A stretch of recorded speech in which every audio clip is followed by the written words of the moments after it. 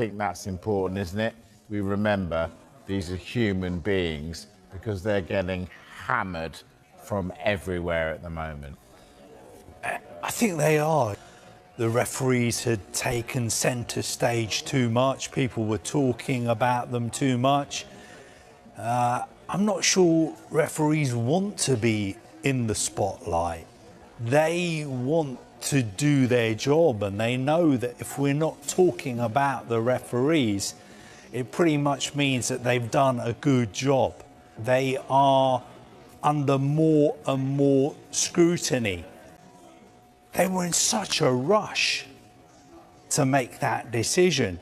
And I think that's because we've put them under pressure to reach these decisions really, really quickly. Everybody was complaining about the fact that it was taking too long. It was ridiculous. The people in the stadiums didn't know what was going on either. So I think that's why they've tried to speed up the decision-making process. If you do anything at that speed, if you do anything that's complicated and so many people are watching and depending on your decision-making, mistakes are going to be made. And I think it's really important what we saw at the end of that clip as well. The protocols are going to change.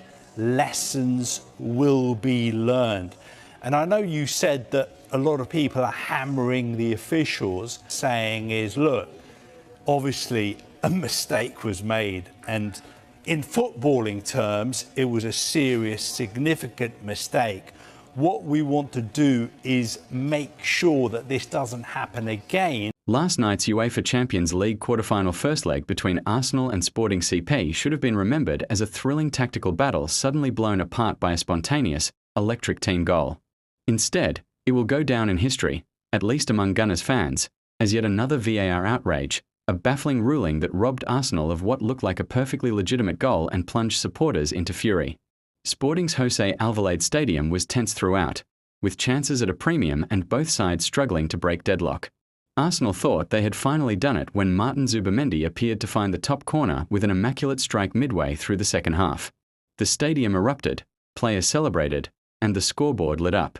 But the celebration was heartbreakingly brief. After a lengthy VAR check, the goal was ruled out for offside in the build-up involving Victor Gyökeres, and the officials waved it away. From the moment the offside flag went up, Arsenal fans sensed déjà vu. That sickening feeling that football's most controversial technological tool had once again intervened not to correct an obvious error, but to create confusion, frustration, and widespread outrage. This wasn't just about one disallowed goal, it was about the larger narrative that many supporters feel, that VAR has drifted far from its original purpose of simplifying contentious decisions and is now actively complicating them. Social media exploded instantly.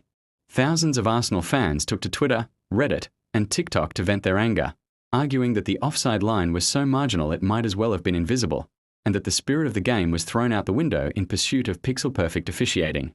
It's daylight robbery, read one viral fan post.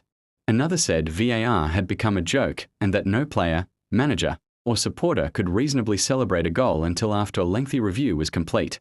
These sentiments are familiar to anyone who has watched Arsenal this season, or indeed any Premier League or Champions League match, with the slow-marching spectre of VAR hanging over every attacking moment. Critics are not just emotional, they're analytical, too. The overarching gripe is simple. VAR is too intrusive and too punitive, particularly in offside scenarios where replays are scrutinized frame by frame until even the smallest studio margin can be weaponized to erase a goal. A league where attackers are judged by millimeters and referees are expected to find flaws that the human eye, or the live officiating team, could not, becomes a league where spontaneity, joy, and the flow of the game are casualties of technological overreach. To many Arsenal supporters, this latest incident isn't an isolated event but the latest chapter in an increasingly frustrating saga. Over the past seasons we've seen goals ruled out, penalties denied, and matches altered by VAR decisions that feel inconsistent at best, and at worst, inexplicably harsh. These calls are often defended by VAR officials as correct per letter of the law, but fans see a glaring disconnect between what is legal and what feels just. That disconnect is what breeds resentment. and it has only been amplified by a system that too often feels colder, more clinical, and less respectful of the game's human element. Yet in spite of all this controversy, Arsenal showed incredible resilience. With the score still 0-0 after the disallowed goal, they didn't crumble. Instead, they kept pushing, and their patience and belief was eventually rewarded. Enter Kai Havertz, who in the first minute of added time tucked home a composed finish from a Gabriel Martinelli assist, giving Arsenal a precious 1-0 lead to take into the second leg. It was vintage Champions League drama, late, improbable, and just when you thought all hope was lost. That goal, while euphoric, does not erase the bitter aftertaste left by the earlier decision. It merely highlights the contradictions of modern officiating. You can have a moment of sheer emotion, and within moments be plunged into confusion and debate. It makes you wonder whether football is drifting too far from its heart, a game meant to be played and felt, and turning into something governed by lines, cameras, and microscopic decisions that fans may never fully accept. In the post-match interviews, pundits and fans alike questioned what this means not just for Arsenal, but for football's future. Standards need to be consistent, rules need clarity, and technology should support, not supplant, the flow of the game. If VAR continues to produce moments like this, the debate around its place in football won't just simmer, it will boil over. As Arsenal head back to North London for the second leg, they do so with a narrow advantage, but also a renewed sense of frustration with football's officiating conscience. For the rest of us, the only certainty is that the debate over VAR is far from over.